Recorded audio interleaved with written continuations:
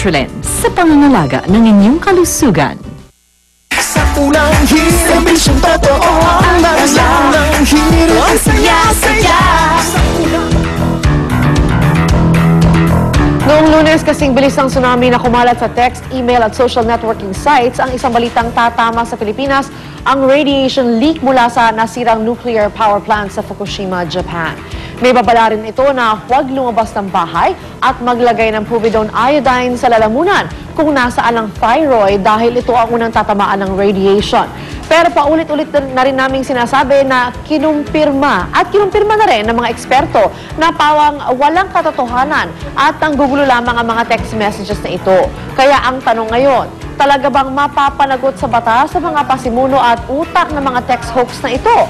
Yan ang lilinawin ng ating kapuso sa batas, Attorney Gabby Concepcion. Good morning, Attorney! Good morning din sa iyo, Lynn. O, parang medyo nangingitim pa yata. Yung thyroid may bakas pa ng iodine ng iyong lalamunan. Hindi naman. Uy, pero ano ba talaga pananagutan sa batas ng tao na nagpapadala ng false alarm that causes panic through text, email, Facebook at Twitter? Well, actually, dati madali sanang sagutin yan bago nung dumating ang panahon ni Pangulong Aquino, Cory, not Noy-Noy. Oo.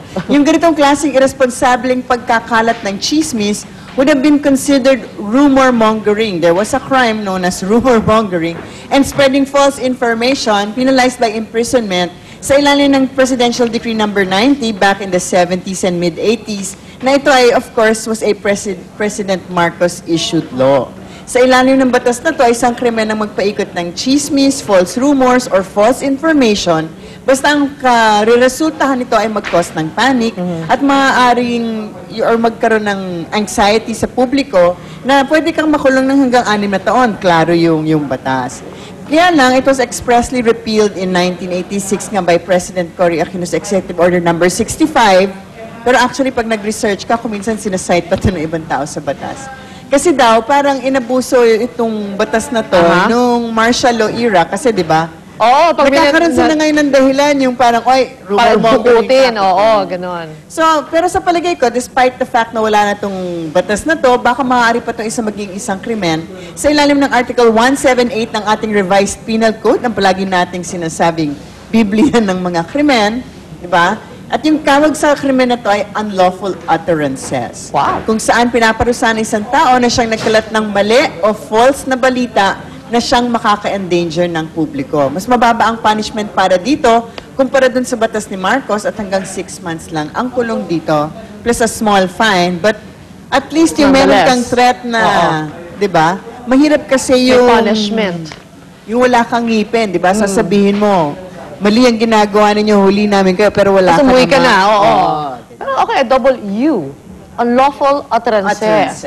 Eh, may paraan ba para matuntun kung sino nga ba ang pasimuno ng text hoax? Is there a way? Well, sa alam ko kung ang message ay galing sa isang postpaid line, madaling alamin, di ba? Kung kaninong telepono na ang pinagmulan ng text message na to or kung nasaan yung nag-send ng text message. However, di ba, hindi naman tayo talaga eksperto, pero sa pagkaalam ko, sa kasalukuyan, kung ang pinagmulan ay isang prepaid card, di ba?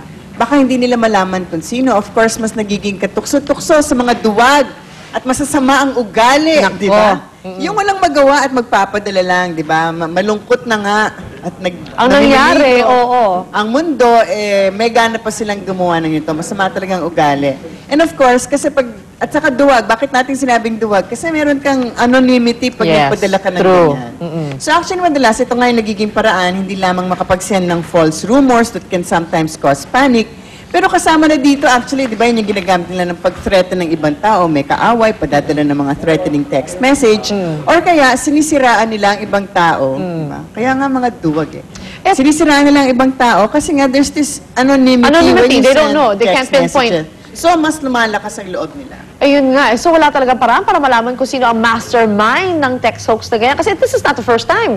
Well, ang mga cellphone company ang may kakayahan na gumawa ng paraan para matigil na to, no? Para malaman nila yung ganitong info, whether prepaid or postpaid. Sa ngayon kasi pinapayagan nila yung pagbenta ng mga SIM packs na walang requirement for registration or identification. Pati yung magbebenta, hindi rin nila alam kung ano yung mga numbers ng mga SIM packs na hawak nila. Kaya mahirap talaga mag-trace. Pero nga, yung kung gagawan lang nila ng paraan yan, kasi natitrace nila yung meron daw kasing identification number, yung cellphone mismo, at saka yung SIM card. So, kung magkaroon lang siguro ng batas, di ba, that would require the cell phone companies and the retailers to get information, Yes. baka magkaroon tayo ng paraan para mas malesen yung mga ritong instances where they feel they are so free Although, to send text messages. although attorney, syempre, a few years too late kasi milyones na nakakalat ng mga text and they won't voluntarily, No, diba? but they need to it can be daw made a requirement. Isang panukala, pwede mong gawing requirement before they can reload. Diba? O di kaya putulin yung linya pag hindi kasi ka merong 6 months na validity yung SIM or something like that. Pero hindi naman kasi forever yung SIM. They still have to Yes. go back to the cell phone company via, yung mga intermediaries to be able to reload a prepaid card. That's true. When May there's a pag-asa will, pa pala. there's a way. That's Oo. true. Naku, maraming salamat, attorney. Thank you very much. Maraming salamat din, syempre. Ayan, kaya mga kapuso, paalala po muli sa inyo, huwag po tayong maniniwala sa mga sabi-sabi lamang. Nandiyan naman po ang TV, mga balita sa TV, tulad na lamang sa GMA at GMA News TV na inyong maaasahan sa tunay, balanse at maaasahang pagbabalita at paghahatid ng impormasyon. Alright mga kapuso, okay na po, unang balita tayo.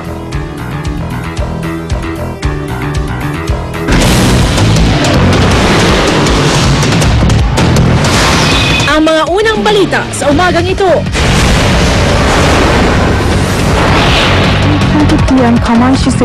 Hindi pa man nakakabangon mula sa lindol at tsunami nitong Biyernes, ilang bahagi ng Japan, diyenig na naman ang lindol kagabi.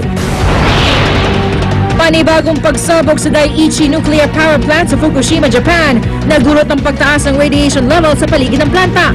Philippine Embassy sa Tokyo, pinag-aaralan na kung paano ililigas sa mga Pilipino na nasa Fukushima.